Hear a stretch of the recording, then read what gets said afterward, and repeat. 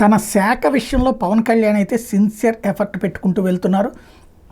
తాజాగా AIB grant ద్వారా ఎదురుమొండి గొల్లమంద రహదారికి ఓకే చేశారు. 13 కోట్లు శాంక్షన్ చేశారు. కృష్ణా జిల్లా నాగాయలంక మండలంలో ఎదురుమొండి గొల్లమంద రోడ్డు ఇటీవల భారీ వరదలతో నాశనం అయిపోయింది. ఈ రోడ్డు పునర్నిర్మాణానికి 13,45,00,000 రూపాయలు వ్యయం అవుతుందని అంచనా వేశారు. రాష్ట్ర ఉప ముఖ్యమంత్రి పంచాయతీరాజ్ గ్రామీణాభివృద్ధి శాఖల మంత్రి పవన్ కళ్యాణ్ ముందు ఈ ప్రతిపాదన ఉంచారు. దీంతో ఎదురుమొండి నుంచి గొల్లమంద వయా బ్రహ్మయ్య గారి మూల రోడ్డు కృష్ణానది వెంబడి ఉంటుందని, నది సముద్రంలో కలిసే ప్రాంతంకి దగ్గరలో ఉన్నటువంటి నేపథ్యంలో రోడ్డు కావడంతో తుఫాన్లు వరదల సమయంలో బ్యాక్ వాటర్స్ రోడ్డుని బలంగా తాగుతుంటాయని చెప్పుకొచ్చారు. ఫలితంగా రోడ్డు దెబ్బతింటోందని, ఇటీవల భారీ వరదలకు 700 మీటర్ల మేర కోతకు గురైందన్నారు. 8,000 ఎకరాలని కాపాడొచ్చని మరొక అంశం.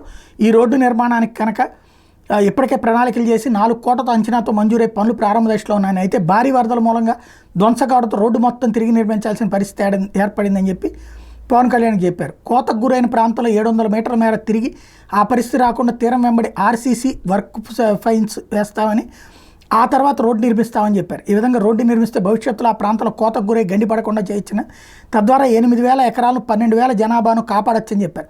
ఈ రోడ్డు పునర్నిర్మాణాన్ని ప్రాధాన్యంగా తీసుకోవాలని పవన్ కళ్యాణ్ అధికారులు ఆదేశించారు. సవరించిన అంచనాలతో కూడిన నివేదికను సత్వరం పంపించాలని, ఏఐబి గ్రాంట్ నుంచి తీసుకోవాలని ఈఎన్సీకి దిశానిర్దేశం చేశారు. పంటల పరిస్థితి మీద కూడా నివేదిక ఇవ్వమని చెప్పారు.